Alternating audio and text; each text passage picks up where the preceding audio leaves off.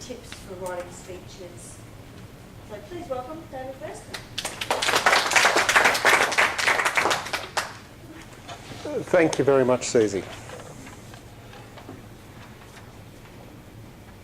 What we're going to look at tonight is put yourself in a position. Somebody was going to turn up at work. You've got a crowd of people there. The boss said, "Oh, you've been to Toastmasters. Could you give them a speech in 10 minutes' time? Just to fill in for 5 or 10 minutes." How can you do this? Because if you can learn to do this, it makes preparing a prepared speech so much easier. To start with, you've got to pick a topic. So look at what you're interested in.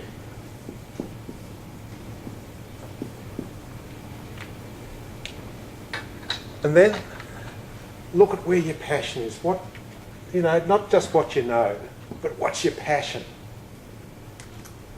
So you got your passion, the things that really lights you up. So that's your passion. And then down here, you've got to take into account who the audience is. What are the audience going to be interested in? So the audience scope will be there. So you're looking in this area here, where you've got some passion, you've got some knowledge and some general interest, and it's something that's going to appeal to your audience. Audiences are really interested in people, want to speak about who you are. Now somebody give me a topic.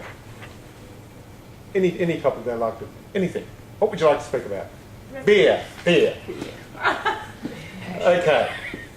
Interest and a passion. I knew I'd get half the room with that one. Who knows mind mapping? Who's done mind mapping? With mind mapping, your mind doesn't think logically 1, 2, 3, 4, 5, 6 in a nice little straight line. It thinks all over the place. So a mind map, what you're doing is you're taking a central theme and you're just adding whatever you think about. So somebody give me a topic related to beer. Homebrew. And it might be homebrew. You might have various brands. Might be bottles blowing up. And you only put one word or at the most 2 words. Give us another topic. We might have taste. And then you might have bitter. Yeah, cold, old, cold. And so what you do is you keep on building, just let your mind, don't let anything, and if you've got something really ridiculous, give us something ridiculous about beer. Oktoberfest. It's ridiculous. And so you keep on building on this, and it might be that right over here is where you want your subject drifts so that you start to build a big cluster around one of the sections. And that is the easiest way to sit down and plan a speech. If you've got to plan a speech in 10 minutes, the first thing, get a blank piece of paper and start to mind map. And you get that out. And once you've mind mapped it, look at your different topics, the different subjects across the board. Your people, when they walk out that door, at the most will remember 3 things. Maybe 4 if it's a miracle. So you need to come back and say, what are the 4 most important topics you've got? So you end up with 1, 2, 3, and maybe 4. Work on 3. So those 3 topics are the ones that you're going to work with. Next thing, look at all your mind map and think, well, yeah, that would fit in there and that would fit there, but we can use that. So you start to support your topics. And that doesn't work, we'll get rid of that. And if it's right out of left field, get rid of it. As somebody said before, don't fill it with junk. Get your topics sorted out so they're supported. what we talked about before, make a point, tell a story. With those three topics, are there any memorable stories that you can weave in to those, something about your life, something about your work? Recently, I was working with some Indigenous students, and they had a pile of legal papers that big that they had to give a 20-minute speech on. And I said, you can't go just repeat what's in there. Take that information, relate it back to your community, to your story. So it is yours. Take ownership of what that material is, even if it's coming off the internet, even if it's coming off a government paper or whatever.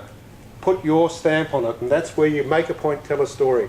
And people will remember the story and they'll remember your point.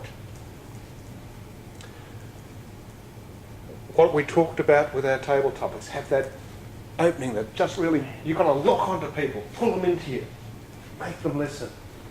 So work on, okay, how am I going to make that opening? It might be a rhetorical question. Now, why are you here? What do we need? We've got a situation. What would you do about it? You might start very quietly. Well, you might be loud. You've just got to create something which immediately you get that lock on to your audience. With the centre of your speech, you need it just flowing on. You don't want to be jumping out. Your people, you want to get them to follow the flow. And the finish, where does the finish end up?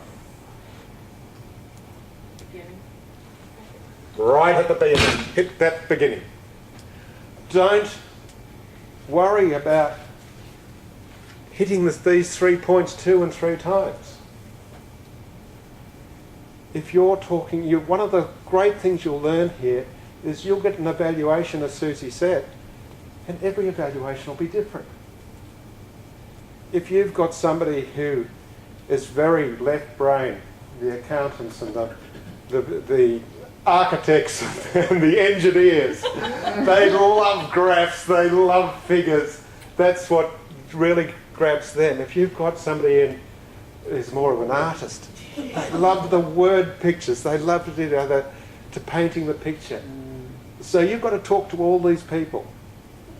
And with your stories, you can actually angle your stories a bit, some facts and figures, some really a lot of picture content in it.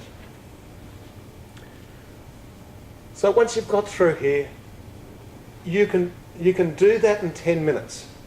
If you've got to give a speech, you can put that down, you can get your points out, you can get something. So if you had to give a speech, you've got a framework to hang it on.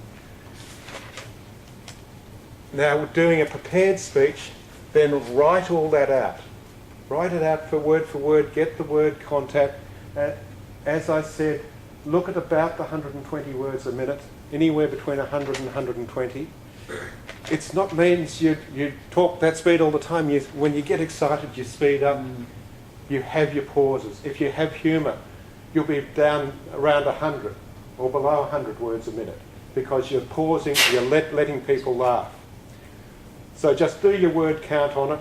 And normally, if we're doing a 5 to 7 minute speech, if I write that out, it'll probably be 900, 1,000 words. So you'll look at it and you say, look, I'm repeating myself a bit here and there. So you pull that out and any words that you stumble over or phrases, get rid of them. This is not an exercise of, sort of mental gymnastics. Get the wording of it that you're really comfortable in talking, and make it your. Don't take something out of a book which is not your language. Get rid of it. This is your speech. Make it yours. What you find is when you rework the speech, that you actually internalise it. You put it in language, even though you've taken it off the web or you've cut and pasted it from various other places.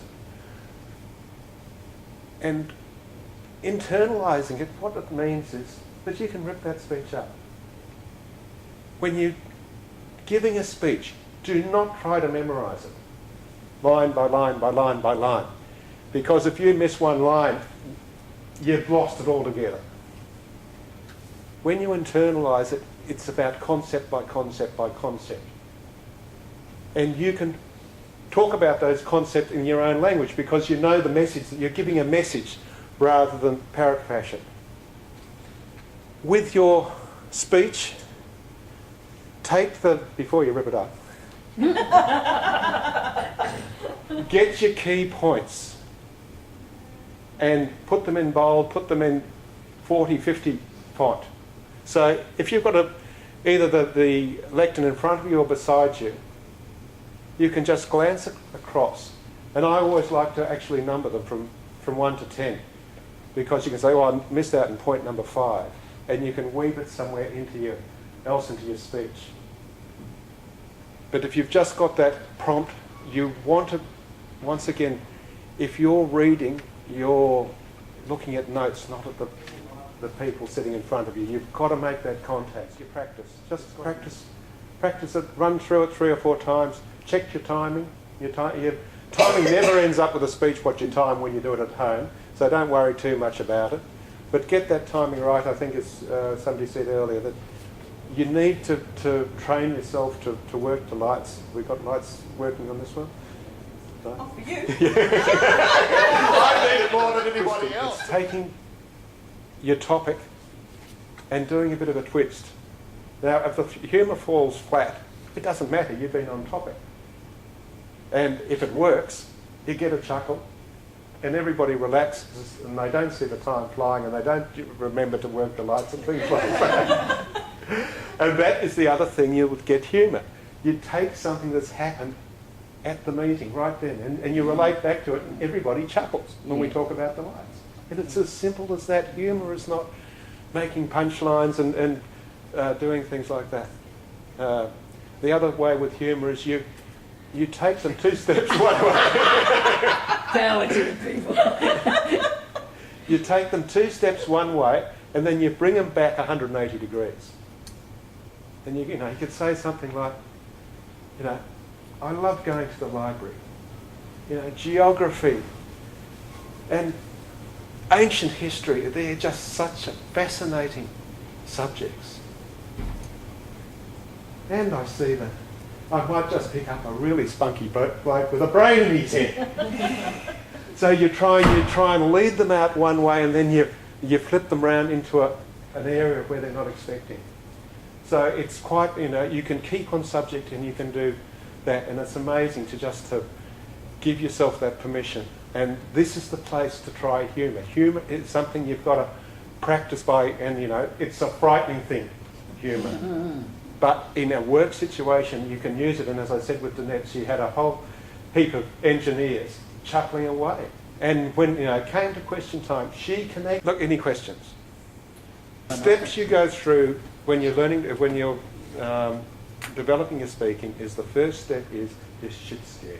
It's all about you. Or you want to get up here, you're shaking like a leaf and you think, I hope they can't hear, but me's not. The next stage is you focus on your material. You've got your material there and you're very focused on the material. And the third stage is where we're trying to leapfrog you through is speaking from the heart, focus on the audience. Excellent. Well, I'll get out of here.